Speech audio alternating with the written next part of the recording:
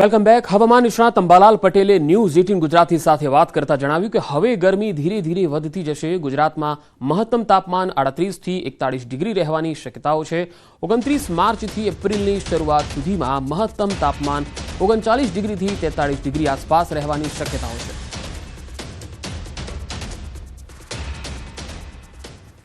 તારીખ 29 માર્ચથી એપ્રિલની શરૂઆત સુધીમાં ગરમી જોરદાર પડશે અને મહત્તમ તાપમાન લગભગ ગુજરાતના ભાગોમાં 39 ડિગ્રીથી 43 ડિગ્રી સેલ્સિયસ જેવું રહેવાની શક્યતા રહેશે, જેમાં મધ્ય ગુજરાતના ભાગોમાં 43 ડિગ્રી સેલ્સિયસ જેવું મહત્તમ તાપમાન થઈ શકે અને જૂનાગઢ અમરેલીના ભાગોમાં પણ મહત્તમ તાપમાન 41 ડિગ્રી સેલ્સિયસ જેવું થઈ શકે.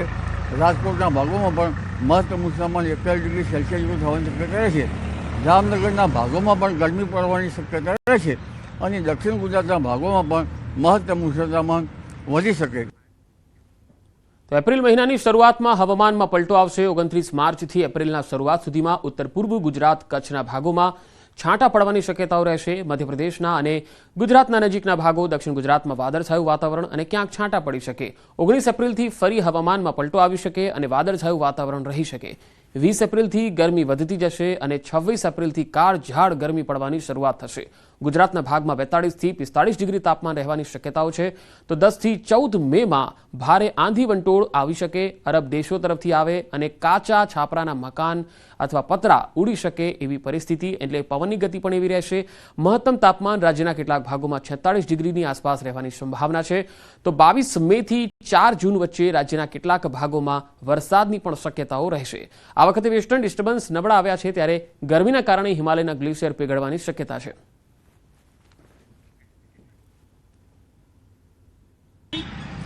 વાતાવરણ બદલાવના જ મહિના આવી રહ્યા છે.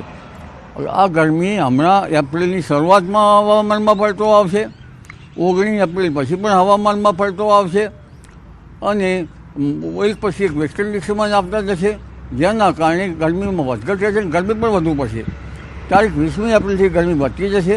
તારીખ 26મી એપ્રિલથી મહત્તમ તાપમાન રાજ્યના ભાગોમાં લગભગ 43-44 ડિગ્રી સેલ્સિયસ, કોઈ ભાગમાં 45 ડિગ્રી સેલ્સિયસ જેવું રહેવાની શક્યતા રહેશે અને 10મી મેથી 14મી મે વચ્ચે તો આંધી વંટોળ અને ઈરાન તરફથી આવતી કાળી આંધી આવશે. ઉનાળાની કાળઝાળ ગરમીની શરૂઆત થઈ ચૂકી છે. મનુષ્ય સાથે વન્ય પ્રાણીઓ પણ આ કાળઝાળ ગરમીથી અકળાતા હોય છે, ત્યારે ગીરના જંગલોમાં પ્રાણીઓને ગરમીમાં અગવડતા ન પડે તે માટે વિશેષ વ્યવસ્થાઓ કરી દેવામાં આવી છે.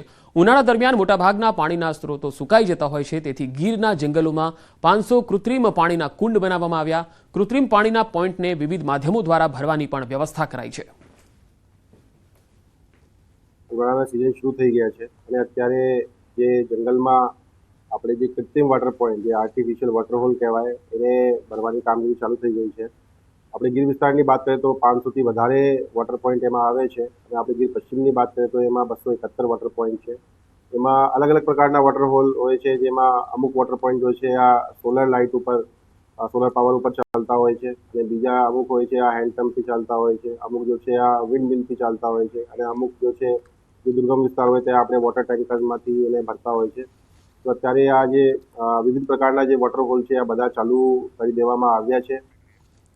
અમદાવાદમાં કાળઝાળ ગરમીની શરૂઆત થઈ ગઈ છે, ત્યારે ગરમીથી થતી શરીર સંબંધી સમસ્યાઓમાં ધીરે ધીરે વધારો થશે, જેના કારણે સિવિલ હોસ્પિટલ દ્વારા આગોતરી તૈયારીઓ આરંભી દેવાઈ છે. દર્દીઓના સગાને માટે શેડની વ્યવસ્થાની સાથે પાણી, પંખા અને બેસવા માટે બાંકડા ગોઠવી દેવાયા. ઉપરાંત 1200 બેડ હોસ્પિટલની સામે બાળકો માટે પણ વિશેષ વ્યવસ્થા કરાઈ. દર્દીઓની સંખ્યા વધે તો વિશેષ વોર્ડ પણ તૈયાર કરાશે.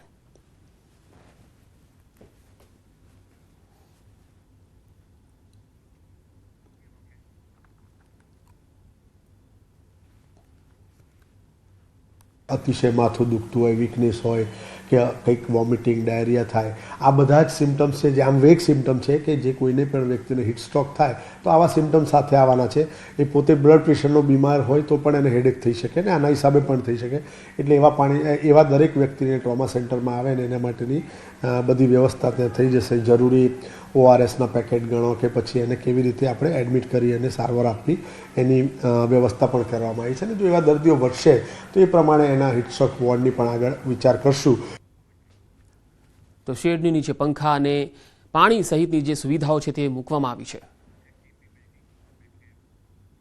અને હાલ એક મહત્વપૂર્ણ ખબર આવી રહી છે અમદાવાદથી. પોલીસ કમિશનર અને ક્રાઇમ બ્રાન્ચની બેઠક મળી રહી છે અને આ બેઠકમાં અમદાવાદના અસામાજિક તત્વોને લઈને પણ કાર્યવાહી જે થઈ છે તેને લઈને ચર્ચા કરવામાં આવી રહી છે. અસામાજિક તત્વો સામે જે કાર્યવાહી ચાલી છે અને અત્યાર સુધી જે કાર્યવાહી થઈ છે અને જે લિસ્ટ તૈયાર થયું છે તેની સામે સમીક્ષા કરવામાં આવશે. પોલીસ કમિશનર અને ક્રાઇમ બ્રાન્ચ વચ્ચે આ મહત્વ